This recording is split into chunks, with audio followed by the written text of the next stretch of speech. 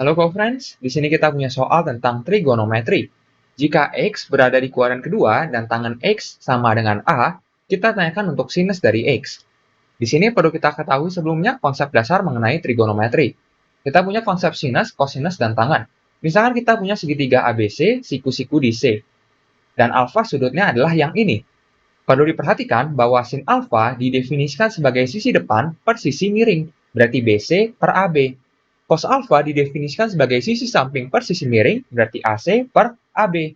Tangan alfa didefinisikan sebagai sisi depan per sisi samping, berarti BC per AC. Dalam kasus ini, kita diberikan bahwa X adalah sudutnya. Dan ini, X ini ada di kuadran kedua, lalu tangan X sama dengan A. Perlu diperhatikan bahwa ketika kita punya X berada di kuadran kedua, berarti dapat kita simpulkan bahwa X ini sebenarnya lebih dari 90 derajat, namun kurang dari 180 derajat. Yang berarti ini adalah sudut tumpul.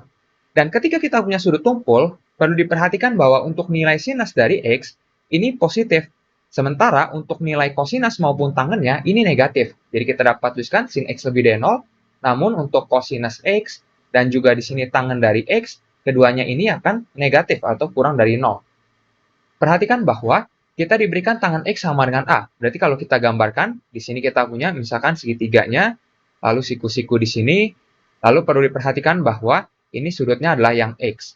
Dan karena dalam kasus ini kita diberikan bahwa untuk tangan dari X ini sama dengan A, padahal kita tahu bahwa tangan X ini seharusnya negatif, berarti dapat kita simpulkan bahwa A ini jelas negatif juga atau kurang dari 0. Maka di sini untuk perbandingan panjang sisi segitiganya yang kita gambarkan, kita harus gunakan dalam bentuk yang positif. Berarti ketika kita punya A-nya kurang dari 0, kita ambil saja min dari A-nya, di mana min A ini lebih dari 0. Jadi sebenarnya perbandingan antara sisi depan dengan sisi samping seharusnya adalah min A banding 1.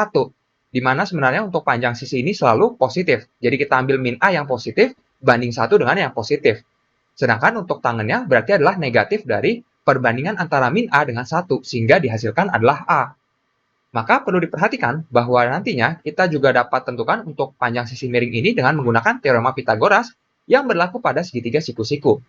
Jika kita misalkan ini sebagai P, maka kita punya bahwa untuk jumlah kuadrat sisi tegaknya yang adalah 1 dikuadratkan ditambah dengan min A yang dikuadratkan, ini akan sama dengan panjang sisi miring yang dikuadratkan berarti P kuadrat. Jadi ini berlaku teorema Pythagoras. Sehingga di sini kita punya bahwa 1 kuadrat adalah 1, min A ketika dikuadratkan berarti A kuadrat, ini akan sama dengan P kuadrat. Dengan kata lain kita punya bahwa untuk P kuadrat sama dengan A kuadrat yang ditambah dengan 1. Maka untuk P akan sama dengan plus minus akar dari berarti A kuadrat yang ditambah dengan 1. Dan di sini perlu diperhatikan bahwa P menyatakan panjang sisi yang tidak mungkin negatif. Jadi kita perlu ambil yang positif.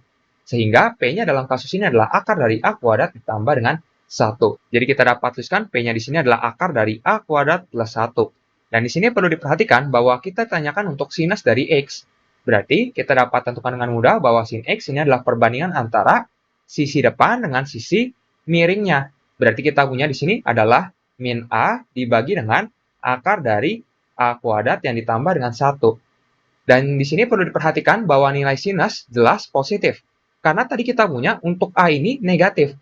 Sehingga perlu diperhatikan bahwa min A ini jelas positif, dan di bagian penyebut akar dari sesuatu jelas positif juga.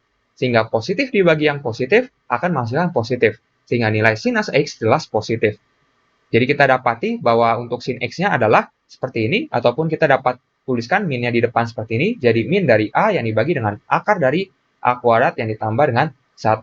Ataupun ini dapat kita tuliskan sebagai negatif dari A yang dibagi dengan akar dari 1 plus A kuadrat seperti ini. Jadi sama saja. Kita pilih opsi yang B. Sampai jumpa di soal berikutnya, co-friends.